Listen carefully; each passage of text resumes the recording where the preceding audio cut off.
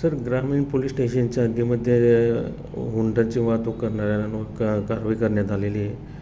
काय आहे ही कारवाई आणि किती हे हुंडा जप्त करण्यात आले आणि किती मुद्देमाल जप्त आहे?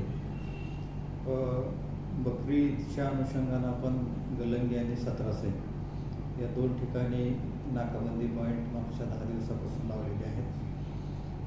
उद्देश असा आहे की कत्तलीकरिता गोवंशाची वाहतूक या रस्त्यावरून होऊ नये, त्याला प्रतिबंध व्हावा. काल नाकाबंदी सुरू असताना गलंगी गावामध्ये साधारण दुपारी 1-1:30च्या सुमारास 2 आयशर टेम्पो शिरपूरकडून चोपड्याकडे येताना आढळले.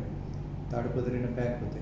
ते थांबवून त्याची तपासणी केली तर त्याच्यामध्ये प्रत्येकी 9 उंट म्हणजे एकूण 18 उंट होते. उंटाचे पाय बांधलेले होते, तोंड बांधलेलं होतं आणि त्या छोट्याशा आयशरमध्ये असं कोंबून हे केलेलं होतं. निश्चितच हे जे उंट आहेत हे कत्तलीसाठी कुठंतरी चालले अशी संशय आला.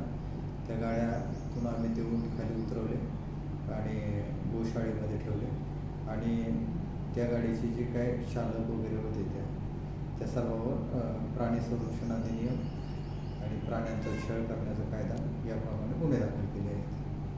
साहेब, कुठून कुठं जात होते काही तसं सांगितलं काय? साधारण हे जे आरोपी आहेत ते मध्य प्रदेशातील खरजाना, देवास, कैसूर या ठिकाणचे आहेत. प्राथमिक चौकशीमध्ये असं दिसून येते की हे जे आहेत हे मध्य प्रदेशातून मालेगावकडं जात होते. साधारण यांची किंमत किती लावलेली याचं? साधारण सगळ्यांची मिळून 9 लाखाच्या आसपास किंमत आहे. आणि धुळे जिल्ह्यात पण काही गाड्या पकडलेल्या आहेत या उंट वाहतूक करताना.